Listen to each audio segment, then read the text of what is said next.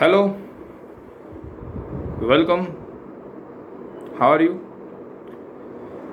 Okay, students. So, last video lecture ની અંદર આપણે લોકોએ સેક્શન ડી નો લાસ્ટ ટોપિક સ્ટાર્ટ કરી દીધો અને આજના આ વિડીયો લેક્ચરની અંદર વિથ પ્રેક્ટિસ આ ટોપિક પૂરો પણ થશે. યાદ કરાવી દો, ધોરણ 12 અને ધોરણ 10ના વિદ્યાર્થીઓ માટે સેક્શન ડીનું ગ્રામરમાં જેટલા બી ટોપિક આવતા હતા એ આપણે ક્રમશઃ એક પછી એક જોતા ગયા અને આ જે ટોપિક આપણે સ્ટાર્ટ કર્યો છે એ સેક્શન ડીનો લાસ્ટ ટોપિક બનશે, જેનું વેઇટેજ ધોરણ 12ની અંદર 4 માર્ક્સ માટે અને ધોરણ 10ની અંદર 3 માર્ક્સ માટે રહેશે. યસ સ્ટુડન્ટ્સ, આ ટોપિકનું નામ છે એડિટિંગ, જેને એરર ડિટેક્શન પણ કહી શકાય. અને ઓફકોર્સ આ એડિટિંગ કે એરર ડિટેક્શન માત્ર ધોરણ 10 અને ધોરણ 12માં જ નહીં, પરંતુ જો તમે ધોરણ 12 પછી અથવા તો ગ્રેજ્યુએશન પછી કોઈ કોમ્પિટિટિવ એક્ઝામ એટલે કે ગવર્મેન્ટ પરીક્ષાઓની તૈયારી કરશો, પછી એ ક્લાસ 3 લેવલની હોય, ક્લાસ 2 લેવલની હોય કે પછી જીપીએસસી યુપીએસસી ક્લાસ 1 લેવલની હોય, આ દરેકની અંદર આ જે ટોપિક છે ને એરર ડિટેક્શન એ તમને બહુ હેલ્પફુલ થશે. ધોરણ 10 અને ધોરણ 12ના વિદ્યાર્થીઓને ખૂબ જ હેલ્પફુલ થશે. તો માત્ર આને બુક પૂરતું સીમિત ન રાખતા આ ટોપિકને તમે બ્રોડ માઇન્ડથી વિચારજો. ઓકે, એરર ડિટેક્શન એટલે કે એડિટિંગ આપણે સ્ટાર્ટ કર્યું. એની અંદર મેં તમને સૂચના સમજાવી કે કેવી રીતે આ ટોપિક સેક્શન ડીની અંદર પૂછાય છે બંને ધોરણો, ધોરણ 10 અને ધોરણ 12ને. Rewrite the given paragraph by correcting the error અથવા તો વર્ડ્સ. અંડરલાઇન કરેલા શબ્દોને કરેક્ટ મતલબ સુધારીને ફરીથી પેરેગ્રાફને લખવું, that is called error detection અથવા તો એડિટિંગ. તો આ ટોપિક આપણે જોયું કે એમાં એરર કેટલા પ્રકારની હોય એ ખાસ સમજવું જરૂરી. લાસ્ટ લેક્ચરની અંદર આપણે આમ તો એરરના બધા જ ટાઈપ જોઈ ગયા છીએ ડિટેલમાં. અત્યારે જસ્ટ એને યાદ કરાવી દઉં મેઇન પાર્ટને કે કેટલા પ્રકારની એરર હોય છે, ભૂલ કેટલા પ્રકારે હોય, બરાબર ને, પેરેગ્રાફની અંદર. તો પહેલી જ આપણે જોઈ હતી કે પ્રેપોઝિશનની ભૂલ, પ્રેપોઝિશનની એરર. પછી આપણે જોયું આર્ટિકલની એરર. પછી આપણે જોયું વર્બની એરર. વર્બ એટલે ક્રિયાપદની એરર. એમાં બે આવી ગયા, સહાયકારક ક્રિયાપદ અને મુખ્ય ક્રિયાપદ એટલે કે helping verb and main verbs. અને આ જે ભૂલ હશે ક્રિયાપદની એ તમને ખ્યાલ છે રીતે કાળ પ્રમાણે હશે, તો એ ખાસ આપણે ધ્યાન રાખીશું. ત્યારબાદ આપણે જોયું ડિગ્રી ઓફ કમ્પેરિઝનની ભૂલ એટલે કે એરર ઓફ ડિગ્રી. અને લાસ્ટમાં આપણે જોયું error of singular and plural એટલે કે એક વચન કે બહુવચનની ભૂલ. આ સિવાય મેં તમને લાસ્ટ લેક્ચરની અંદર પણ કીધું હતું, આ સિવાય સ્પેલિંગ એરર પણ હોઈ શકે, સ્પેલિંગની ભૂલ પણ હોઈ શકે. તો એને પણ આપણે ખાસ ધ્યાનમાં લેશું. સપોઝ કે મેં કીધું હતું કે ધેર અને ધેર તો બે અલગ અલગ રીતે બોલાય છે, સ્પેલિંગ એ અલગ છે, પણ આપણે ત્યાં સમજી જવાનું પેરેગ્રાફના રેફરન્સમાં કે THERE લખવાનું છે કે THEIR. એવી જ રીતે than and then, than than, THAN બેના સ્પેલિંગ અલગ છે. તો ડિગ્રી આપ્યું હશે તો THAN લખવું પડે, કન્જક્શન તરીકે આપ્યું હોય તો THEN લખવું પડે. આ રીતે આપણે એને ધ્યાનમાં લેશું. તો આને કહેવાશે સ્પેલિંગ એરર. આવી ટોટલ 5 પ્રકારની ભૂલ આપણે જોઈએ. હવે આજે એને સમજ્યા બાદ પેરેગ્રાફની પ્રેક્ટિસમાં આગળ વધીએ છીએ. અને ખાસ તમારી સામે હું 10 પેરેગ્રાફ સોલ્વ કરાવી દઉં line to line, word to word, જેથી કરી અને બોર્ડ એક્ઝામની અંદર આપણને કોઈ પણ પ્રકારની ભૂલ, કોઈ પણ પ્રકારનો પેરેગ્રાફ પૂછાય તો આપણને એમાં પ્રોબ્લેમ ન થાય. ફાઇન, તો સ્ટાર્ટ કરીએ. આ 10 પેરેગ્રાફને તમારા માસ્ટર પેરેગ્રાફ બનશે. પેરેગ્રાફના ક્વેશ્ચન પણ હું તમારી સામે મૂકતો જઈશ. પહેલાં તમારું કામ એ રહેશે કે તમે ક્લાસ વર્કની અંદર જ્યાં એરર ડિટેક્શન અથવા તો એડિટિંગ હેડિંગ આપી દીધું છે એની અંદર તમે એરરના ટાઈપ્સ લખી લીધા છે. હવે તમે હેડિંગ આપી દો પ્રેક્ટિસ પેરેગ્રાફ, બરાબર, પ્રેક્ટિસ ઓફ પેરેગ્રાફ. પેરેગ્રાફની પ્રેક્ટિસ આપણે ત્યાં શરૂ કરીએ છીએ. ક્વેશ્ચન તમારી સામે હું મૂકીશ વિડીયોના મારફતે. એને તમે ચાલુ વિડીયોએ પણ લખી શકો અથવા તો સ્ક્રીનશોટ લઈ લો જો ટાઈમ ઓછો પડે તો. ત્યારબાદ હું એને સમજાવીશ અને એમાં કઈ કઈ ભૂલો છે અંડરલાઇન કરેલી તો આપેલી જ છે, પણ એમાં શું સુધારો કરવો જોઈએ આપણે આ 5 ટાઈપ જોયા એના આધારે હું દરેક વખતે ટાઈપ પણ યાદ કરાવતો જઈશ. એ તમને લાસ્ટ લેક્ચર પૂરો થયો ત્યારે ખાસ રિક્વેસ્ટ કરી હતી કે આ 5 ટાઈપને તમે પાકા કરી લેજો.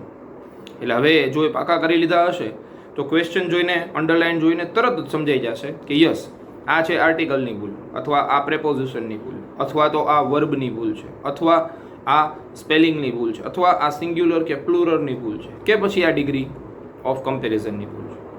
તો આ તમને ખ્યાલ આવી જશે.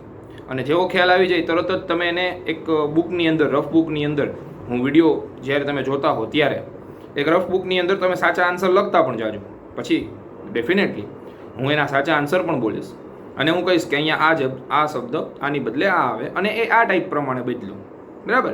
તો આવા 10 પેરેગ્રાફની આજે આ વિડીયોમાં આપણે પ્રેક્ટિસ કરી લઈએ, જેથી કરીને તમને જે હોમવર્ક હું આપું નવા પેરેગ્રાફ એરર ડિટેક્શનના, હા એ હોમવર્ક છે હું તમને ફોટોગ્રાફ ક્લિક કરી અને વોટ્સએપમાં તમારા ગ્રુપમાં મોકલી દઈશ, જેથી કરીને એમાં આપણો ટાઈમ ન બગડે, વિડીયો એક વધારાનો ન બને.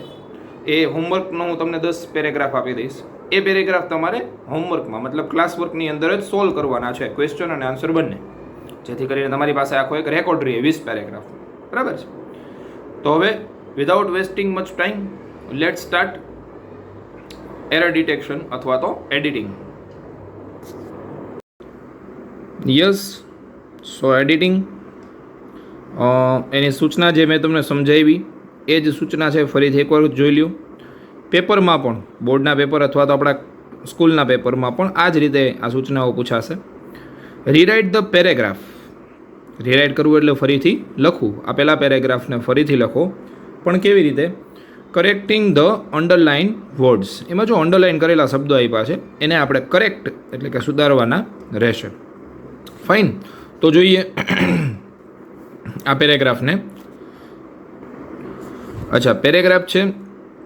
હું પહેલાં આખો પેરેગ્રાફ રીડ કરી જાઉં છું. મીનવેલ તમે સ્પીડમાં જો લખતા હો તો લખાઈ પણ જશે, અધરવાઇઝ ફોટો ક્લિક કરી લેજો, screenshot. It was the day for the final exam yesterday. જો ભૂલ અત્યારે અંડરલાઇન કરેલી છે એ જ છે. ઘણા લોકોને, ઘણા સ્ટુડન્ટ્સને સમજાઈ જશે કે શું ભૂલ છે, પણ ન સમજાય ત્યાં સુધી હું એક એક શબ્દ સમજાવતો રહીશ. It was the day for the final exam yesterday and anybody was nervous. Most of us had prepared well, but some of the boys and girls hadn't tried as harder as they should. આ તો આપણો paragraph. હવે જોઈએ પેલી જે underline છે એ છે four. તો હવે શું આવી શકે એ તમે જોજો. ફોર પહેલાં તો શું કહેવાય એ સમજાઈ જવું જોઈએ. આપણે પ્રેપોઝિશનની ભૂલમાં જોયું કે પ્રેપોઝિશન અલગ અલગ પ્રકારના હોય છે. એમાં ફોર નામનો એક પ્રેપોઝિશન છે. બરાબર? ફોરનો અર્થ થાય માટે. હવે અહીંયા શું કહે છે? It was the day for the final exam yesterday. ગઈકાલે ફાઇનલ એક્ઝામનો દિવસ હતો. હવે નો ની નું ના માટે ફોર નહીં, પણ એની જગ્યાએ પ્રેપોઝિશનની ભૂલ એટલે કે પ્રેપોઝિશન આવશે ઓફ. તમારે ક્વેશ્ચનમાં આ રીતે સુધારવાનું નથી. આ હું તમને સમજાય એના માટે કહું છું. બરાબર? તમારે શું કરવાનું છે? ક્વેશ્ચન આખો લખી લીધો આ જ રીતે અંડરલાઇન કરીને, પછી ફરીથી આ જ ક્વેશ્ચન એટલે કે આ જ પેરેગ્રાફ ફરીથી લખવાનો. પણ શું કરવાનું? તમારે ડાયરેક્ટ જવાબ લખવાનો, પછી એને અંડરલાઇન કરવાની જરૂર નહીં. બરાબર? તમારે આમ લખવાનું, it was the day of, આ ફોર નીકળી જશે. એનો મતલબ શું થયો? ભૂલ સુધારાઈ ગઈ. બરાબર? It was the day of the final exam yesterday. સમજાણું? આ રીતે તમારે આન્સર લખવાનો રહેશે. And anybody was nervous. હવે એનીબડીની જગ્યાએ અહીંયા શબ્દ આવશે એવરીબડી. આ જે એનીબડી છે એ નીકળી જશે, એનીની જગ્યાએ થઈ જશે every, EVERY. Everybody was nervous. દરેક, ગુજરાતી કરો એટલે સમજાઈ જાય કે કેમ એનીબડી. એનીબડી મતલબ કોઈ એક, એવરી મતલબ દરેક. એક્ઝામ હતી ફાઇનલ એક્ઝામ એટલે દરેક લોકો નર્વસ હતા. Most of us had prepare well. હવે જો અહીંયા જોજો, હેડ આપ્યું છે, હેડની સાથે પૂર્ણ ભૂતકાળમાં V3 આવે તો અહીંયા જો V3 છે નહીં, તો આને કહેવાય વર્બની ભૂલ. એટલે કે આપણે એક ટાઈપ જોઈ ગયા મિસ્ટેક, એટલે કે એરર ઓફ વર્બ. તો અહીંયા કરવું પડશે આપણે પ્રિપેર્ડ, ED. E તો આપ્યો જ છે એટલે D. Most of us had prepared well. Right? ચલો ત્યારબાદ but some of the boys and girls hadn't tried, જો છે ને અહીંથી સમજાઈ જાય, હેડની સાથે ટ્રાઇડ V3, હેડન્ટ ટ્રાઇડ, પણ આમાં ભૂલ અલગ છે, as harder as they should.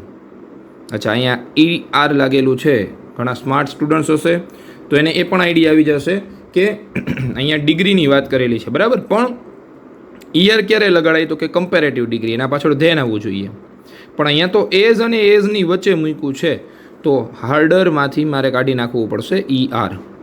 આ થઈ ગઈ positive degree, as hard as they should. સમજાય છે? જો ધેન હોત તો આપણે ER લગાડવું પડત, પણ ER લગાડેલું જ આપ્યું છે, મતલબ ડિગ્રીની ભૂલ છે, તો અહીંયા થઈ જશે as hard as they should. સમજાય છે? તો ટોટલ આ પેરેગ્રાફમાં તમે જોવા જાઓ તો 1, 2, 3 એન્ડ 4 4 મિસ્ટેક આપણે ઇમ્પ્રૂવ કરી, તો આને 4 માર્કનો પેરેગ્રાફ ગણવું. ફાઇન. એક ભૂલનો 1 માર્ક હશે.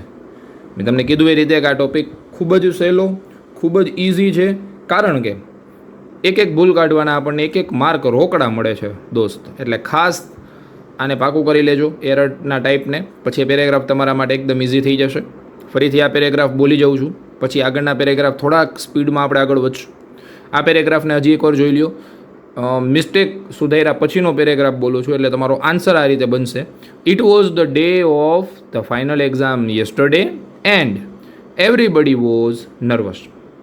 Most of us had prepared very well, but some of the boys and girls hadn't tried as hard as they should. Right? ચાલો, હવે મીનવાઇલ તમે બીજો પેરેગ્રાફ પણ તમારી સામે છે જોઈ લીધો હશે, બોલી જાઉં છું હું. સેકન્ડ પેરેગ્રાફ સ્ટાર્ટ કરીએ. In the city of Nicosia of Cyprus there was a big statue for a king. He ruled, underline જોજો ક્યાં છે, he ruled about 3 centuries ago. The people of the city did not know anything about the king. Okay, ચાલો, પહેલી ભૂલ. Underline કરેલા શબ્દને જ આપણે ધ્યાનમાં લેશું. પહેલી ભૂલ આવી ઓફ. ઓફ એટલે પ્રેપોઝિશનની ભૂલ, બરાબર ને? Type number 1. હવે ત્યાં શું આવવું જોઈએ? તો કે ઇન ધ સિટી ઓફ નિકોશિયા. હવે નિકોશિયા ક્યાં આવેલું છે? તો કે સિપ્રસની અંદર, ઇન સિપ્રસ, બરાબર. તો અહીંયા ઓફ નીકળી જશે અને ઓફની જગ્યાએ આપણે લખવું પડે ઇન. તો પેલી પ્રેપોઝિશનની ભૂલ. બીજી અહીંયા આપણને આપેલી છે big statue for a king. મોટું સ્ટેચ્યુ કિંગ માટે કે કિંગનું, રાજાનું સ્મારક, બરાબર ને? સ્ટેચ્યુ એટલે સ્મારક. તો રાજાનું એવું કેવું હોય, નોની નું ના, તો ફોરની જગ્યાએ કેન્સલ થઈ જાય અને આવી જશે of. Of a king. He ruled about 3. જોજો 3 કીધું એટલે બહુવચન કે એકવચન? યસ, બહુવચન. તો આને કહેવાય એકવચન બહુવચનની ભૂલ, mistake of singular and plural. મેં કીધું તમને કે 5 ટાઈપ આવી જશે બધા પેરેગ્રાફ જોશો ત્યારે, બરાબર છે? Okay. He ruled about 3 centuries. વાયનો આઈ થઈ જાય અને ES લાગશે. આ થઈ ગયું બહુવચન. 3 centuries ago. The people of the city did not know anything. હવે આપણને તો એમ લાગે નો બરાબર જ છે સર, પણ એક વખત જોજો નોટ આવી ગયું આગળ, તો બીજી વખત નકાર માટે નો મૂકેલું હશે નહીં.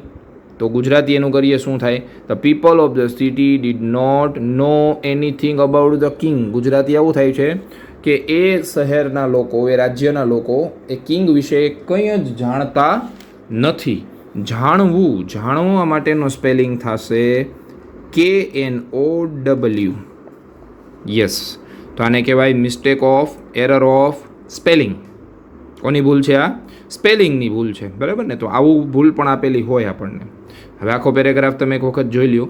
પહેલામાં ઓફની જગ્યાએ ઇન, પછી ફોર માટે ઓફ, સેન્ચુરીઝ અને KNOW. ફાઇન. તો આ થઈ ગયો આપણો સેકન્ડ પેરેગ્રાફ કમ્પ્લીટેડ. ચલો, તો હવે આગળ વધીએ નેક્સ્ટ પેરેગ્રાફ નંબર 3 ઉપર. ફાઇન. ઓકે. ક્વેશ્ચન નંબર 3 છે આપણી સામે. Sumit always goes to school in bus. He always goes on his bicycle, but sometimes if her father is free. જોજો ધ્યાનથી વાંચો ત્યારે જ અમુક ભૂલ તો નીકળી જશે. If her father is free, he drops him to school. I have never seen him with his father. Okay. પહેલી ભૂલ આપણે આપી છે in. In, on, at, behind, in front of, આ બધા પ્રેપોઝિશન કહેવાય, બરાબર ને? ઓફ, ફોર, જનરલી આ બધા રહેશે. તો અહીંયા ઇન ન આવે, પહેલાં તો એ કેન્સલ થયું. શું આવવું જોઈએ? Sumit always goes to school by bus. Bus દ્વારા, એવું આપણે બોલીએ ને. શેમાં જાય છે? બસ દ્વારા જાય છે. બસમાં જાય છે એમ નહીં, બસ દ્વારા જાય છે. He always goes on his bicycle. હવે અહીંયા તમને એવું લાગશે કે ઓલવેઝ તો બરાબર જ છે. હા, ઓલવેઝ સાદો વર્તમાન કાળ જ કહેશે અને ઈએસ છે પણ ખરા. પણ આવા વાક્યમાં જ્યારે રોજિંદી ક્રિયા દર્શાવવી હોય ત્યારે ઓલવેઝને બદલે શબ્દ વપરાશે daily. He daily goes on his bicycle, right. ત્યારબાદ ઇફ હર ફાધર, આ તો ઓડીને આંખે વળગી એવી ભૂલ છે. હર એટલે તેણીના ફાધર. હવે વાત કોની થઈ છે? સુમિતની. તો સુમિત માટે છોકરી નથી, બરાબર ને? સુમિત છોકરો છે, તો એના માટે લખવું પડે હીઝ. હર કેન્સલ થઈ જશે અને એની જગ્યાએ આવી જશે his. If his father is free, જો તેના ફાધર ફ્રી હશે. છોકરો છે, છોકરી હોત તો હર બરાબર છે. He drops him to school. Okay, I have never seen him.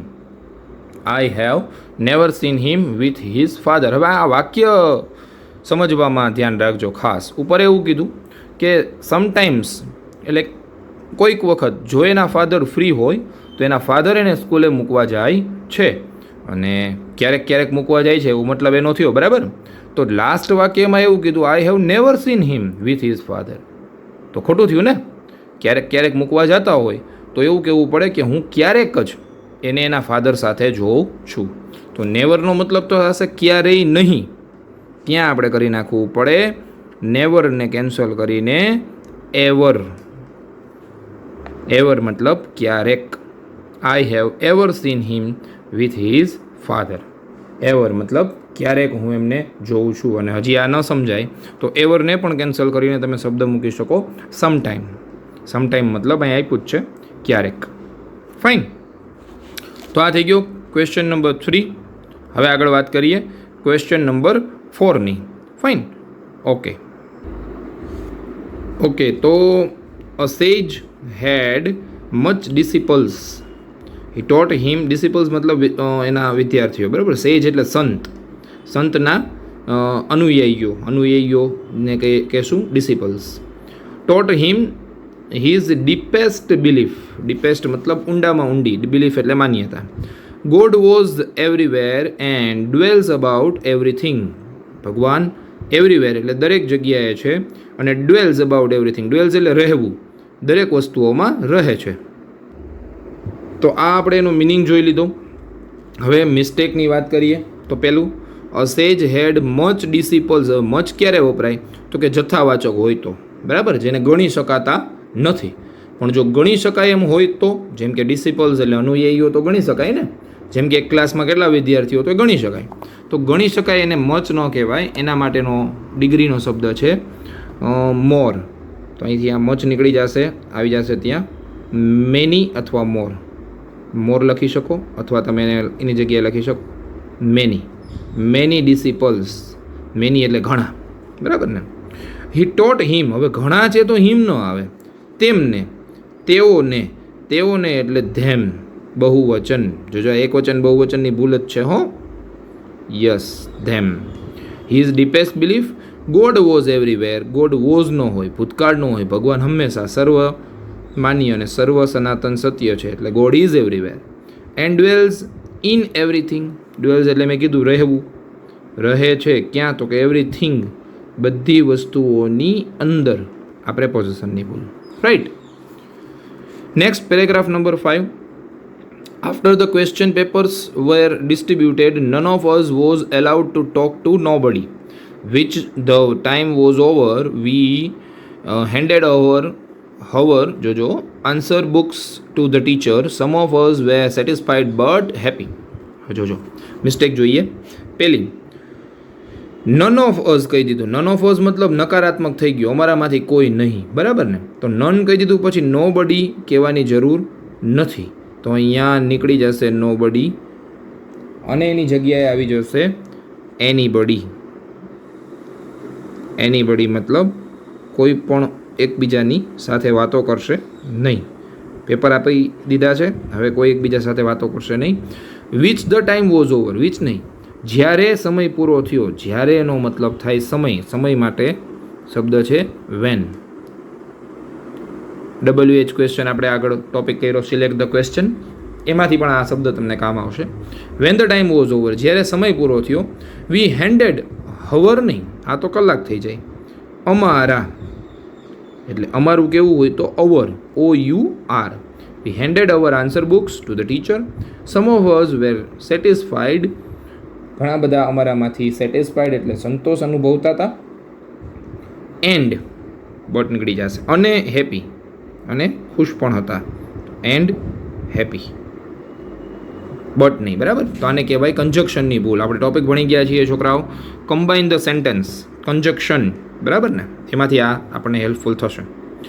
Number 6, mother was angrily because Kiran was late. She asked her what she was late. Kiran did not replied because she was tired and hungrily. હવે સમજાઈ ગયું હશે કે પેલું mistake જે છે અહીંયા એંગ્રીલી, mother was એંગ્રીલી નહીં, મધર વોઝ એંગ્રી. વચ્ચેનું આ IL કાઢી નાખો તો સ્પેલિંગ થઈ જશે એંગ્રી. તમારે આવી રીતે કાઢીને જ નાખવાનું, મેં કીધું એમ ફરીથી આન્સર લખવાનો છે. બરાબર, મધર વોઝ એંગ્રી, મધર ગુસ્સે હતા. બીકોઝ, કારણ કે. Kiran was late. She asked her why she was late. જોજો ધ્યાનથી, WHAT ની જગ્યાએ WHY, why she was late. શા માટે તેણી મોડી હતી, કારણ પૂછે છે. બરાબર ને, શા માટે. કિરણ ડીડ નોટ, હવે જો ડીડ આવી ગયું એટલે ભૂતકાળ થઈ ગયો, બે ભૂત ભેગા થાય નહીં, તો રિપ્લાઇડમાંથી આપણે કરવું પડે રિપ્લાય. વાય નીકળી જશે અને ત્યાં આઈ નો વાય થઈ જશે. Did not reply because she was tired and hungrily નહીં, ટાયર્ડ એન્ડ હંગ્રી. સમજાઈ જાય. હવે આખો પેરેગ્રાફ જોશો તો ધ્યાનમાં આવશે કે મધર વોઝ એંગ્રી, પછી અહીંયા વાય, અહીંયા રિપ્લાય અને અહીંયા હંગ્રી. નેક્સ્ટ એટલે 7મો પેરેગ્રાફ. વેન ગુલિવર, ગુલિવર વ્યક્તિનું નામ છે, તમારે આ ચેપ્ટર પણ આવતું. ગુલિવર અવોક ઇટ ઇઝ ડે લાઇટ. જોજો અવોક કીધું, અવોક મતલબ ઉઠ્યું, જાગ્યો, ભૂતકાળની વાત છે. તો ભૂતકાળમાં ઇટ ઇઝ ન હોય, ભૂતકાળમાં હોય ઇઝની જગ્યાએ વોઝ. આ થઈ ગઈ ક્રિયાપદની ભૂલ. વેન ગુલિવર અવોક, જ્યારે ગુલિવર ઉઠ્યો. ઇટ વોઝ ડે લાઇટ, કેવું હતું તો કે તે દિવસનો સમય હતો, દિવસ થઈ ગયો હતો, સવાર પડી ગઈ હતી. હી ટ્રાઈડ ટુ રાઇઝ. હવે આ રાઇઝ એટલે તો ચોખા થાય. બરાબર ને, ભાત થાય નહીં. He tried to RISE, rise. Rise એટલે ઊભું થવું, ઉઠવું. Yet he was not able to move. યેટની જગ્યાએ મૂકવું પડશે આપણે કંજક્શન તરીકેની ભૂલ, અને ભૂલ છે but. But he was not able to move, પણ એ હલનચલન કરી શકે એમ નહોતો. પછીનું વાક્ય આપણા માટે મહત્વનું નથી, ડાયરેક્ટ મિસ્ટેક ઉપર આવી. એવરી સાઈડ, એવરી સાઈડ એટલે દરેક બાજુ. હવે જો સાઈડ છે ને, એના માટે એવરી નહીં, પણ એના માટે શબ્દ લખાય છે ઈચ. ઈચ સાઈડ, દરેક બાજુ, તો એને આપણે ઈચ કહેશું. ફાઇન. નંબર 8, 8મા નંબર ઉપર. Why we could spend some time watching the common yellow ant. We would be impressed by their busy schedules. The homes of these little creatures are built careful by highly skilled workmen ant. Ant એટલે કીડી. બરાબર ને, તો why we could spend some time watching the common yellow ant. why ની જગ્યાએ આવશે જ્યારે. જ્યારે એટલે when, WHEN. when we could spend some time, જ્યારે એવું બોલીએ ને આપણે. Okay. Impressed by their busy schedule. મેં કીધું હતું ને એક વચન બહુવચનની ભૂલ, સ્પેલિંગ ભૂલ પણ કહી શકો. THEIR, THEIR, ધેર, તેઓનું busy schedule. Homes of these little creature. જો હવે આ બહુવચન છે તો આ એક વચન ચાલે નહીં, આને એક વચન બહુવચનની ભૂલ કહેશું, અને અહીંયા થઈ જશે THESE, these little creatures. Are છે ત્યાંથી એ ખબર પડી જાય. કેરફુલ નહીં પણ કેરફુલી, એડવર્બ. બરાબર છે. Okay. Question number 9. My friend gives me a book yesterday. અહીંથી જ ખબર પડી જાય યસ્ટરડે એટલે ભૂતકાળ, તો ગીવ્સ વર્તમાન કાળ કહેવાય, આ ન ચાલે. અહીંયા મૂકવો પડે આપણે ક્રિયાપદની ભૂલ ગોતી અને GAVE ગેવ ભૂતકાળ થઈ ગયો. I was reading it now, now એટલે અત્યારે, કાળ ભણી ગયા છીએ આપણે. અત્યારે એટલે ચાલુ વર્તમાન કાળ, ચાલુ વર્તમાન કાળમાં આઈ વોઝ નહીં પણ I am reading it now. I found it interesting than any other book, degree of કમ્પેરિઝનની ભૂલ, ઇન્ટરેસ્ટિંગની આગળ લગાડવું પડશે મોર ઇન્ટરેસ્ટિંગ. સર એ તમને કેમ ખબર પડી ગઈ? પાછળ જુઓ ધેન આપેલું છે, રાઈટ, તો આને કહેવાય કમ્પેરેટિવ ડિગ્રી. ઓકે, અને ત્યારબાદ છે I will return them tomorrow, them નહીં, બુક માટે વપરાય it. I will return it tomorrow, આ વસ્તુ હું પાછી આપી દઈશ. ઇટ વોઝ 10મો અને છેલ્લો paragraph. It was a cold winters day, તો અહીંયા વિન્ટર્સ એવું લખાતું નથી, વિન્ટર, ઋતુ હંમેશા એક વચનમાં જ લખાય, એનું બહુ વચન ન થાય, બરાબર છે. Cold winter day. Arab merchant was travelled through, was travelled ન હોય, વોઝ ટ્રાવેલિંગ, મુસાફરી કરી રહ્યા હતા. Desert over his camel, over નહીં, અહીંયા પ્રેપોઝિશનની ભૂલ છે, બાય હિઝ કેમલ અથવા વિથ હિઝ કેમલ એવું લખી શકો. એટ સનસેટ, ધેની જગ્યાએ હી, કેમ કે વ્યક્તિ અને જાનવર બેને ધે ન કહી શકાય, બરાબર, તો મર્ચન્ટ માટે હી. તો આ થઈ ગયા આપણા 10 પેરેગ્રાફ પ્રેક્ટિસના કમ્પ્લીટ. ને આની સાથે જ હું તમને 10 પેરેગ્રાફનો ફોટોગ્રાફ પણ મોકલી દઉં છું, તો એ તમારે હોમવર્કમાં પૂરા કરી લેવાના છે. આમ ટોટલ 20 પેરેગ્રાફ થશે અને આપણો આ ટોપિક સેક્શન ડીનો લાસ્ટ ટોપિક એડિટિંગ અહીંયા પૂરો થશે. મળીશું ફરીથી નેક્સ્ટ વિડીયો લેક્ચરની અંદર કોઈ નવા ટોપિકની સાથે. Till then, stay at home, stay safe and good by.